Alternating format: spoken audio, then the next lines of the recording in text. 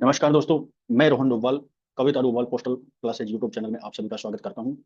दोस्तों, आज के वीडियो में मैं आपके लिए लेके आया हूं एलडीसीई आईपीओ एग्जाम 2025 के लिए क्या पैटर्न और पाठ्यक्रम रहने वाला है। इसकी कंप्लीट जानकारी इस वीडियो में मैं आपको देने वाला हूं, इसलिए बने रहिए वीडियो के अंत तक। शुरुआत करते हैं। दोस्तों, आईपी एग्जाम 2025 के लिए 4 पेपर आयोजित होंगे। Paper first, paper second, paper third और पेपर फोर्थ। कुल अंक 1200 होंगे। प्रत्येक पेपर 300 अंकों का होगा। प्रत्येक पेपर के लिए जो समय है वो 3 घंटे का रहेगा। किसी भी प्रकार का नेगेटिव मार्किंग का प्रावधान नहीं है। अब मैं आपको विस्तार से पेपर फर्स्ट की जानकारी देता हूँ, उसके बाद पेपर सेकंड की, उसके बाद पेपर थर्ड की और उसके बाद पेपर फोर्थ की। ठीक है। तो दोस्तों, आईपी एग्जाम 2025 के लिए पेपर फर्स्ट में क्या क्या टॉपिक्स रहेंगे और उन टॉपिक्स से कितने कितने क्वेश्चन आने की संभावना रहेगी, ये पूरी की पूरी जानकारी मैं आपको देने वाला हूँ। पेपर फर्स्ट का ये 300 अंकों का होगा। इसके लिए समय 3 घंटे निर्धारित किए गए हैं। कुल पूछे जाने वाले प्रश्नों की संख्या 150 होगी, जो एमसीक्यू होंगे, मल्टी चॉइस क्वेश्चन अर्थात वस्तुनिष्ठ। सामान्य श्रेणी के लिए जो न्यूनतम उत्तीर्ण अंक है वो 40% है। एससी एसटी के लिए 33% है। प्रत्येक पेपर में ये जो न्यूनतम अंक निर्धारित किए गए हैं विभाग के द्वारा, ये लाने बहुत जरूरी है, अन्यथा उसको डिस्क्वालीफाई माना जाएगा। उसके बाद सभी 4 पेपरों में जो औसत उत्तीर्ण अंक है वो सामान्य श्रेणी के लिए 45% और एससी एसटी के लिए 38% है। यानी एग्रीगेट जो औसत अंक है पास होने के लिए, वो जनरल के लिए 45% और एससी एसटी के लिए 38%। सभी सर्कुलर ऑर्डर और अनुदेश परीक्षा वर्ष की पिछली 31 दिसंबर तक पूछे जाएंगे। कहने का तात्पर्य, जैसे आईपी एग्जाम 2025 कंडक्ट हो रही है सितंबर 2025 में, इसके लिए जुलाई में नोटिफिकेशन जारी होगा।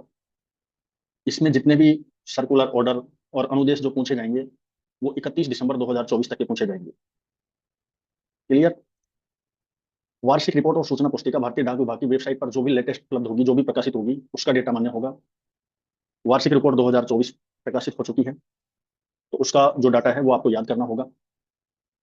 किसी भी प्रकार की नेगेटिव मार्किंग का प्रावधान डाक निरीक्षक परीक्षा 2025 में नहीं किया गया है। अर्थात अगर आप कोई प्रश्न का उत्तर गलत भी करते हैं तो उसके लिए नेगेटिव मार्किंग नहीं किए जाएंगे, जैसा आमतौर पर कई परीक्षाओं में होता है। अब बात करते हैं इसमें कौन कौन से टॉपिक्स हैं। तो दोस्तों, पेपर फर्स्ट में कुल 5 एक्ट दिए गए हैं। ठीक है। अधिनियम की अगर बात करें तो कुल 5 एक्ट जो हैं पाठ्यक्रम में शामिल किए गए हैं। नंबर 1 है डाकघर अधिनियम 2023, इंडियन पोस्ट ऑफिस एक्ट 2023। पहले ये डाकघर अधिनियम 1898 था, लेकिन इसको रिप्लेस कर दिया गया है डाकघर अधिनियम 2023 के द्वारा।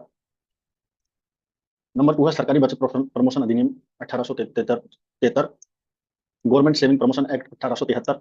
इसको शॉर्ट में जीएसपीआर रूल्स भी बोला जाता है। नंबर 3 है काले धन की रोकथाम निवारण अधिनियम 2002 और संशोधन।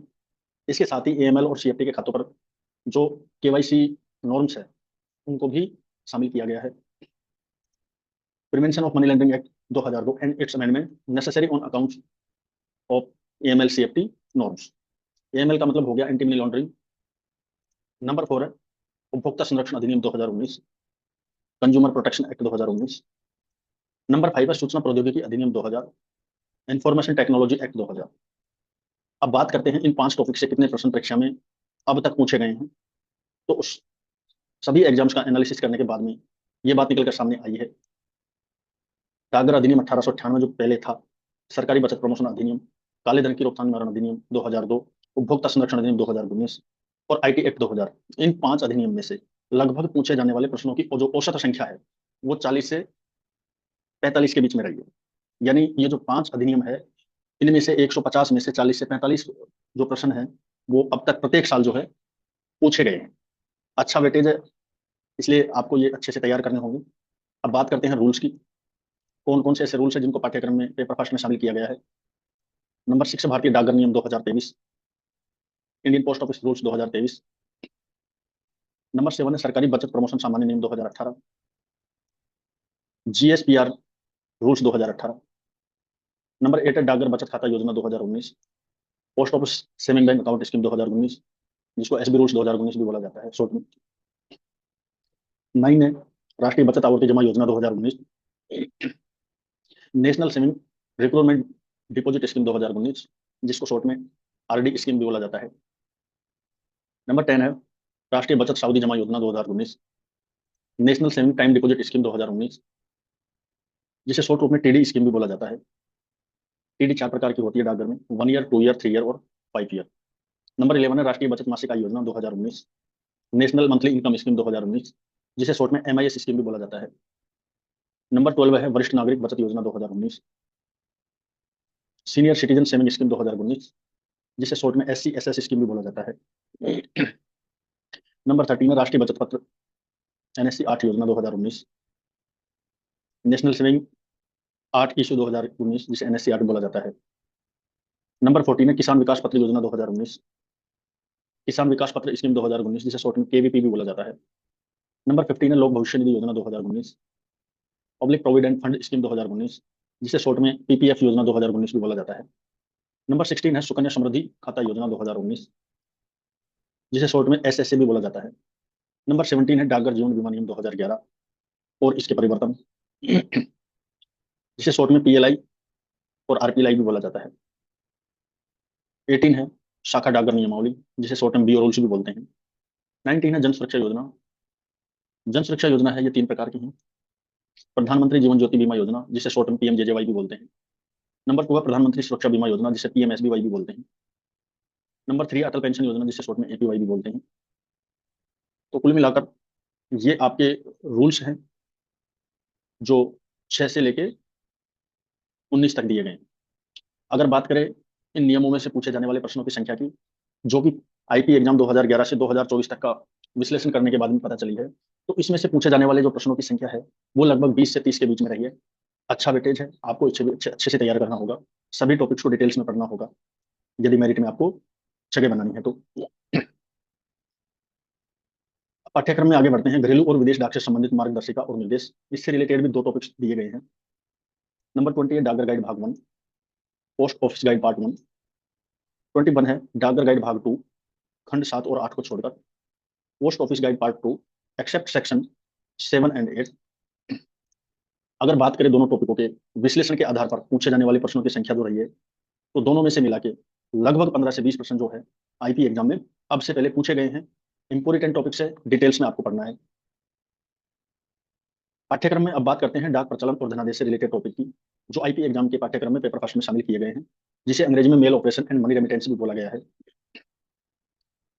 इसमें नंबर 22 टॉपिक है डाक नियम पुस्तक वॉल्यूम 5 परिशिष्ट 1 को छोड़कर, postal manual volume 5 except appendix 1। Number 23 है डाक नियम पुस्तक वॉल्यूम 6 भाग 1, इसमें चैप्टर 1 है, postal manual volume 6 part 1 chapter 1। 24 है डाक नियम पुस्तक वॉल्यूम 6 भाग 2 तार मनी ऑर्डर ब्रिटिश और आयरिश पोस्टल ऑर्डर को छोड़कर, postal manual volume 6 part 2 except telegram money orders British and Irish postal order. 25 है डाक नियम पुस्तक वॉल्यूम 6 भाग 3 परिशिष्ट को छोड़कर, पोस्टल मैनुअल वॉल्यूम 6 भाग 3 एक्सेप्ट अपेंडिक्स, अर्थात पोस्टल मैनुअल 6 भाग 1 भाग 2 भाग 3 तीनों को शामिल किया गया है। 26 है डाक नियम पुस्तक वॉल्यूम 7 पोस्टल मैनुअल वॉल्यूम 7। 27 है MNOP और PNOP पर निदेशालय द्वारा जारी अनुदेश, guidelines issued by directed on mail network optimisation project and parcel network optimisation project. 28 है electronic money order, instant money order, अंतरराष्ट्रीय धनांतरण सेवा, मोबाइल मनी ट्रांसफर सेवा और विदेशी मनी ऑर्डर सेवा पर निदेशालय द्वारा जारी अनुदेश, guidelines issued by directed on EMO, IMO, IMTS, MMTS and IFSME। अगर बात करें डाक प्रचलन से संबंधित जितने भी टॉपिक हैं, इनसे पूछे जाने वाले प्रश्नों की संख्याओं की, तो पिछले 2011 से 2024 के प्रश्न पत्रों का विश्लेषण करने पर पाया गया कि इन टॉपिकों से पूछे जाने वाले प्रश्नों की संख्या लगभग 40 और 45 के बीच में रही है। जो डाक प्रचलन वाला टॉपिक है, इसमें हमेशा वेटेज दिया जाता है। हाल ही में जो पिछले प्रश्न पत्र थे IP एग्जाम 2022, 2023 और 2024, इसमें इस टॉपिक से पूछे जाने वाले प्रश्नों की संख्या का जो प्रतिशत था उसको कम किया गया है। लेकिन आपको सभी बिंदु जो हैं वो डिटेल्स में अच्छे से तैयार करने हैं। किसी भी टॉपिक से कितने भी क्वेश्चंस उठाए जा सकते हैं। मैं केवल आपको पिछले प्रश्नों के पिछले जो प्रश्न पत्र हैं उनके आधार पर जो जानकारी है वही शेयर कर रहा हूँ। अब बात करते हैं बचत बैंक और बचत पत्रों की, जिनको IP एग्जाम के पाठ्यक्रम में शामिल किया गया है। 29 डाकघर बचत बैंक नियम वॉल्यूम 1 to 3 और निदेशालय द्वारा समाज पर जारी बचत बैंक ऑर्डर के साथ, post office saving bank manual volume 1st, 2nd and 3rd read with SB order issued by director from time to time. जो 29 टॉपिक है इसमें पाठ्यक्रम में आपके शामिल किया गया है, लेकिन मैं आपको एक सलाह देना चाहूंगा, आपको CBS मैनुअल पढ़नी है जो विभाग ने जारी कर रखी है। कोर बैंकिंग सॉल्यूशन से रिलेटेड एक मैनुअल है, वही आपको पढ़नी है केवल 29 टॉपिक के लिए। बात करें इस टॉपिक से पूछे जाने वाले प्रश्नों की संख्या की, तो इस टॉपिक से लगभग 5 से 7 क्वेश्चन जो है लगभग पूछे जाते रहे हैं। पाठ्यक्रम में आगे बढ़ते हैं। डाक जीवन बीमा और ग्रामीण डाक जीवन बीमा, पोस्टल लाइफ इंश्योरेंस और रूरल पोस्टल लाइफ इंश्योरेंस से संबंधित टॉपिक नंबर 30 और 31 को शामिल किया गया है। टॉपिक नंबर 30 है पीएलआई आरपीएलआई और कोर इंश्योरेंस सॉल्यूशन पर निदेशालय द्वारा समय समय पर जारी अनुदेश, guidelines issued by directed from time to time on PLI RPLI and core insurance solution.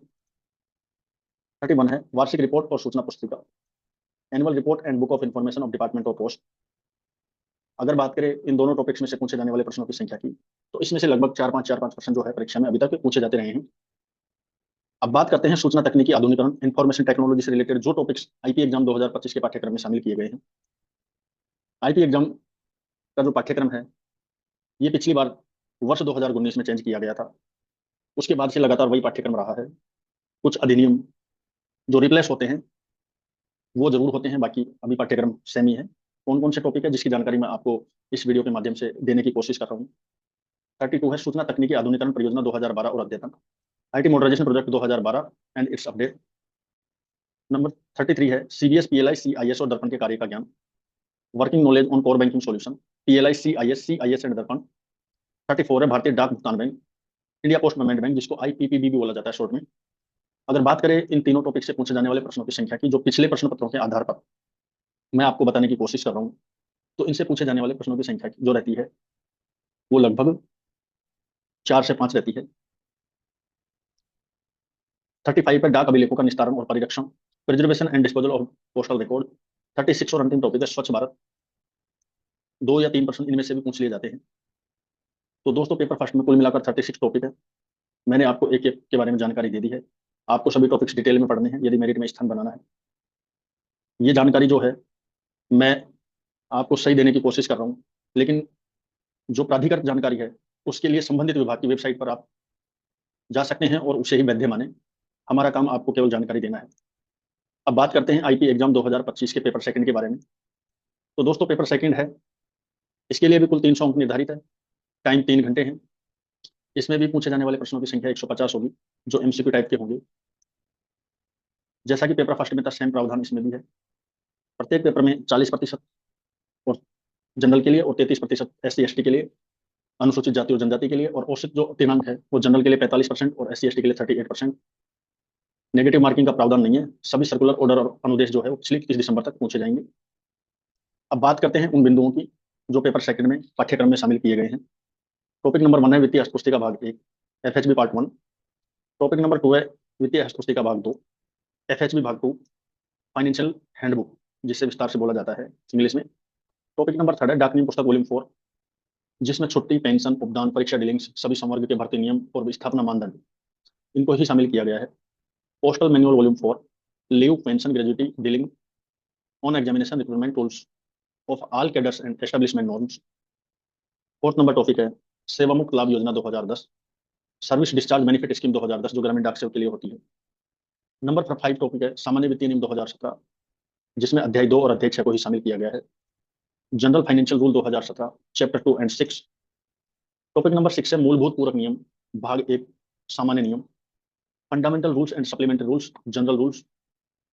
Topic number 7 है केंद्रीय सिविल सेवा यात्रा भत्ता नियम 1972, central civil service TA rules 1972, जिसे शॉर्ट में CCS टीए रूल्स 1972 भी बोला जाता है। नंबर 8 है केंद्रीय सिविल सेवा अवकाश नियम 1972, central civil service leave rules 1972। Number 9 है अवकाश यात्रा सुविधा 1988, लीव ट्रेवल कंसेशन 1988। इस टॉपिक का कहीं अलग से नाम नहीं लिखा गया है, लेकिन ये FHB का पार्ट है, इसलिए परीक्षा में इससे संबंधित प्रश्न पूछे जाते हैं। आईपी एग्जाम 2022 से 23 में अच्छा वेटेज पूछा गया था। प्रत्येक ईयर लगभग 2-3 प्रश्न इस टॉपिक से पूछे जाते रहेंगे। नंबर 10 है सूचना का अधिकार अधिनियम 2005 और सूचना का अधिकार नियम 2012, right to information act 2005 and RTI rules 2012। IP exam 2019 में पाठ्यक्रम परिवर्तित होने से पहले यह टॉपिक जो है ये पेपर थर्ड में हुआ करता था, 2019 में इसको चेंज करके पेपर सेकंड में कर दिया गया है। नंबर 11 है डाक नियम पुस्तक वॉल्यूम भाग 2, इसमें अध्याय 3, 4, 5, 7 को छोड़कर postal manual volume 2 except chapter 3, 4, 5 and 7, क्योंकि अध्याय 3, 4, 5, 7 जो है इनको पेपर थर्ड में शामिल किया गया है। 12 है केंद्रीय सिविल सेवा पेंशन नियम 2021 और संशोधन, central civil service pension rule 2021 and its amendment. 13 है केंद्रीय सिविल सेवा पेंशन संराशीकरण नियम 1981, central civil service commutation of pension rule 1981। 14 है नई अभिदायी पेंशन योजना 2004 और संशोधन, new pension scheme 2004 and its amendment. 15 है केंद्रीय सिविल सेवा चिकित्सा परिचर्या नियम 1944 और निदेशालय द्वारा केंद्रीय स्वास्थ्य योजना CGHS पर अनुदेश, central civil service medical attendant rule 1944 and CGHS guidelines issued by directorate. CGHS की जो फुल फॉर्म है विस्तृत रूप है सेंट्रल गवर्नमेंट हेल्थ स्कीम। 16 है केंद्रीय सिविल सेवा सामान्य भविष्य निधि नियम 1960, central civil service GPF rules 1960। 17 है केंद्रीय कर्मचारी समूह बीमा योजना CGEGIS नियम 1980, central government employ group insurance scheme 1980। 18 है सर्किल अध्यक्ष मंडल अध्यक्ष अन्य की वित्तीय शक्तियों की अनुसूची, schedule of financial power of divisional head of circle ATC। 19 है विभागीय कर्मचारी और ग्रामीण डाक सेवकों के लिए उपलब्ध कल्याणकारी उपाय, welfare measures available to department employ and Gramin Dak Sevak of DOP, rulings relating children education allowance and reimbursement of tuition fees. 21 है भारत सरकार में ई खरीद पर CBC दिशा निर्देश और अनुदेश, CBC guidelines on procurement guidelines and instruction on e procurement in government of India. 22 है वित्त मंत्रालय की वेबसाइट पर उपलब्ध माल और सेवाओं की खरीद के लिए नीतियां और नियम, manual on policies and procedure of purchase of goods and service available on website of ministry of finance. तो दोस्तों कुल मिलाकर 22 ऐसे टॉपिक्स हैं जिनको IP एग्जाम 2025 के लिए प्रश्न पत्र द्वितीय में शामिल किया गया है। जितने भी टॉपिक है सारे के सारे इंपॉर्टेंट है, सभी को आपको डिटेल्स में पढ़ना है। सभी से पूछे जाने वाले जो प्रश्नों की संख्या है वो लगभग बराबर है। कई बार किसी टॉपिक से ज्यादा पूछ लिए जाते हैं, कई बार किसी टॉपिक से कुछ भी नहीं पूछा जाता, तो आपको सभी 22 के 22 टॉपिक है उनको तैयार करना है। अब बात करते हैं पेपर थर्ड की। तो दोस्तों पेपर थर्ड भी प्रश्न पत्र 1 और 2 की भांति 300 अंकों का होगा, समय 3 घंटे का होगा, प्रश्नों की संख्या 150 होगी, किसी भी प्रकार नेगेटिव मार्किंग का प्रावधान नहीं है। प्रश्न पत्र थर्ड में जिन टॉपिकों को शामिल किया गया है उन टॉपिकों को मैं निम्नानुसार एक एक करके बता रहा हूँ। टॉपिक नंबर 1 है केंद्रीय सिविल सेवा वर्गीकरण नियंत्रण और अपील नियम 1965, central civil service classification control and appeal rules 1965, जिसे शॉर्ट में CCSC रूल 1965 भी बोला जाता है।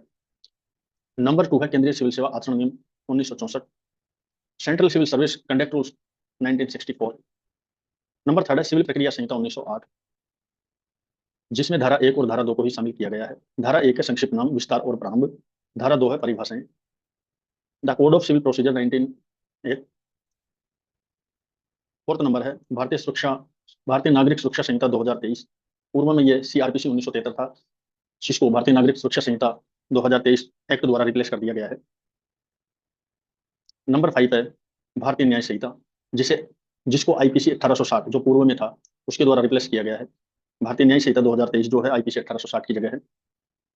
नंबर 6 है भारतीय साक्ष्य अधिनियम 2023, जो IE 1872 था, इंडियन एविडेंस एक्ट 1872, उसकी जगह भारतीय साक्ष्य अधिनियम 2023 ने ले ली है।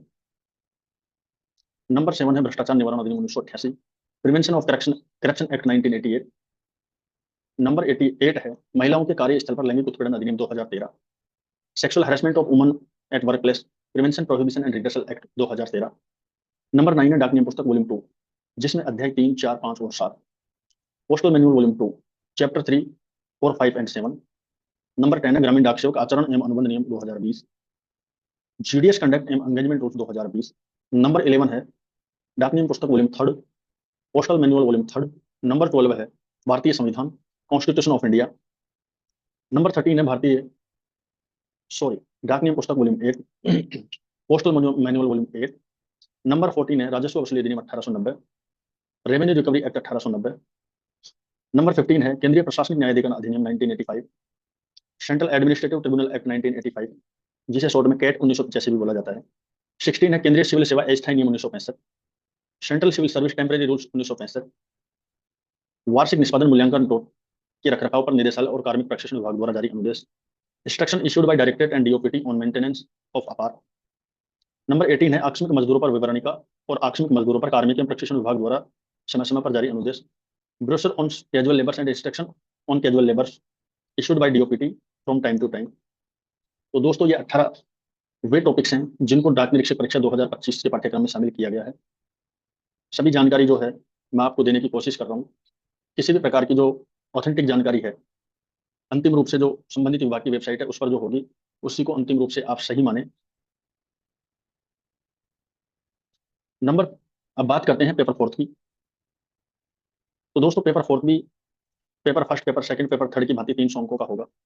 जैसा कि आप स्क्रीन पे देख पा रहे हैं, 300 अंकों का होगा। पूछे जाने वाले प्रश्नों की संख्या 150 नहीं होगी। इसमें जो एमसीक्यू प्रश्न होंगे वो 125 होंगे, जो 250 अंकों के होंगे। बाकी जो 50 अंक है उसमें 25 नंबर की ड्राफ्टिंग और 25 नंबर की नोटिंग, ये आपको लिखित परीक्षा होगी, जिसमें आपको दो दो ऑप्शन दिए जाएंगे। दो ऑप्शन ड्राफ्टिंग के, दो ऑप्शन नोटिंग के। 200 शब्दों में आपको उसको लिखना है। 25-25 अंकों के होंगे। हिंदी या अंग्रेजी दोनों में से जो भी आपको अच्छी भाषा लगी या जिसमें आप अच्छा लिख सकते हैं उसमें आप लिख सकते हैं इसको भी। अन्य तीन पेपरों की भांति इसमें भी प्रत्येक पेपर पास करने के लिए 40% और 33%। औसत जो उत्तीर्णांक है वो 45%। जनरल के लिए और SC/ST के लिए 38%। किसी भी प्रकार की नेगेटिव मार्किंग का प्रावधान नहीं है। अब बात करते हैं जो 125 एमसीक्यू आएंगे वो कहाँ कहाँ से आएंगे। तो 50% तो जीके के पूछे जाएंगे, जिसमें समसामयिकी से संबंधित होंगे। इसमें भारतीय अर्थव्यवस्था, भारतीय राजनीति, खेल, संस्कृति और विज्ञान, इनमें से 10-10 क्वेश्चन पूछे जाएंगे, तो 50 क्वेश्चन हो गए। 50 क्वेश्चन जो है ये रीजनिंग से रिलेटेड रिलेटेड पूछे जाएंगे, और 25% जो है इंग्लिश लैंग्वेज से रिलेटेड पूछे जाएंगे। तो कुल मिलाकर 125 प्रश्न जो है ये एमसीक्यू होंगे 250 अंकों के। उसके अलावा 25 अंक की ड्राफ्टिंग और 25 अंक की आपको नोटिंग लिखनी होगी, जो लिखित होगी। तो दोस्तों ये मैंने आपको आईपी एग्जाम 2025 का पैटर्न और पाठ्यक्रम बताया है, जो आईपी एग्जाम 2025 में रहने वाला है। विभाग इसमें कुछ भी परिवर्तन कर सकता है। सभी जो है जानकारी वो समय समय पर डिपार्टमेंट और पोस्ट जारी करता रहता है। तो दोस्तों वीडियो को लाइक करें, शेयर करें और हमारे चैनल को सब्सक्राइब करें। धन्यवाद।